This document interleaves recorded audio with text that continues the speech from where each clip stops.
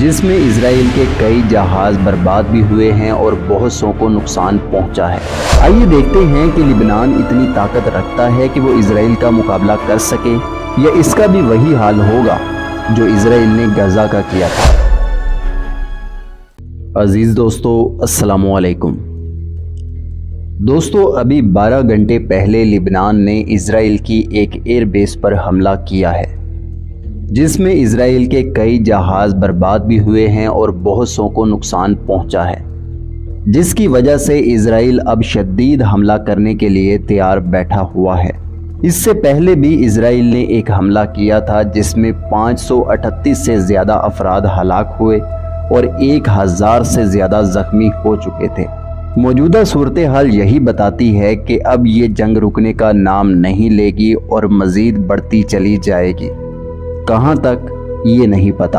آئیے دیکھتے ہیں کہ لبنان اتنی طاقت رکھتا ہے کہ وہ اسرائیل کا مقابلہ کر سکے یا اس کا بھی وہی حال ہوگا جو اسرائیل نے غزہ کا کیا تھا۔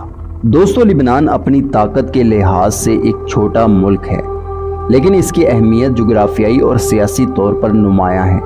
لبنان کی فوج خطے کے حساب سے درمیانی طاقت رکھتی ہے، لیکن ملک کی اندرونی سیاست، مختلف فرقوں کے درمیان اختلافات اور اقتصادی مسائل نے اسے کمزور کیا ہے۔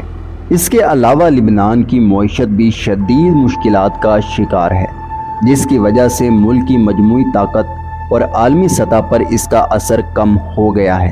دوسری طرف اسرائیل کو عمومی طور پر ایک طاقتور ملک سمجھا جاتا ہے، خاص طور پر اس کے فوجی، اقتصادی اور ٹیکنالوجی کے لحاظ سے۔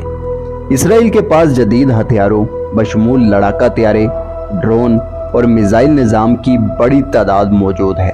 اسرائیل امریکہ کے قریب ترین اتحادیوں میں شامل ہے، جس سے اسے فوجی اور مالی مدد ملتی ہے۔ اگرچہ اسرائیل طاقتور ہے، لیکن اسے مشرق وسطیٰ میں کئی چیلنجز کا سامنا ہے۔ لبنان کی فوج کا سائز نسبتاً چھوٹا ہے، جس میں تقریباً 70,000 افراد شامل ہیں۔ ان کے پاس کوئی خاص ایئر فورس بھی نہیں ہے اور نہ ہی کوئی خاص بحری فوج ہے، لیکن لبنان کے پاس حزب اللہ جیسی تنظیم ہے۔ اب حزب اللہ میں کیا خاصیت ہے، یہ ذرا جان لیجئے۔ دوستو، لبنان میں حزب اللہ ایک اہم غیر ریاستی عسکری تنظیم ہے۔ اس کی فوجی طاقت بہت زیادہ ہے اور اسے ایران کی حمایت حاصل ہے۔ حزب اللہ کی جنگی صلاحیتیں لبنانی فوج سے زیادہ سمجھی جاتی ہیں اور یہ اسرائیل کے خلاف جنگوں اور شام کی خانہ جنگی میں بھی شامل رہی ہے۔ حزب اللہ کی فوجی قوت کو خطے کی سب سے زیادہ منظم اور مضبوط غیر ریاستی طاقتوں میں شمار کیا جاتا ہے۔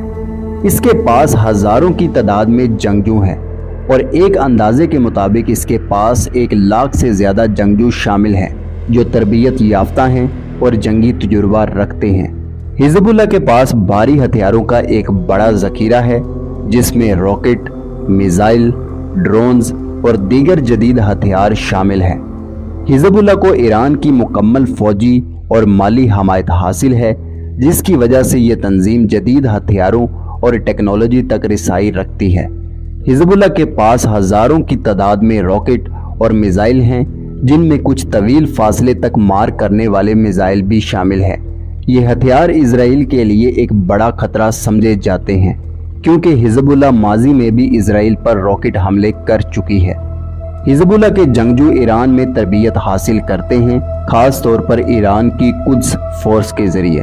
اس تربیت نے حزب اللہ کو ایک جدید اور منظم عسکری طاقت میں تبدیل کیا ہے، جو روایتی فوجوں کے مقابلے میں بھی کھڑی ہو سکتی ہے۔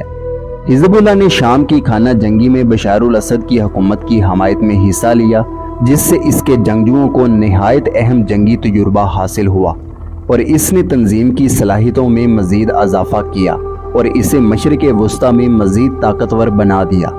حزب اللہ کا اثر صرف لبنان تک محدود نہیں ہے، بلکہ یہ تنظیم مشرق وسطیٰ میں ایک بڑی طاقت سمجھی جاتی ہے، خاص طور پر شام، عراق اور یمن جیسے ممالک میں۔ لبنان کی حکومت میں حزب اللہ کا ایک بڑا سیاسی کردار بھی ہے۔ پارلیمنٹ اور کابینہ میں حزب اللہ کے اتحادی شامل ہیں، جس کی وجہ سے یہ تنظیم لبنان کی سیاست پر بھی اثر انداز ہوتی ہے۔ حزب اللہ کی سیاسی اور عسکری طاقت اسے لبنان کی سب سے مضبوط تنظیموں میں سے ایک بناتی ہے۔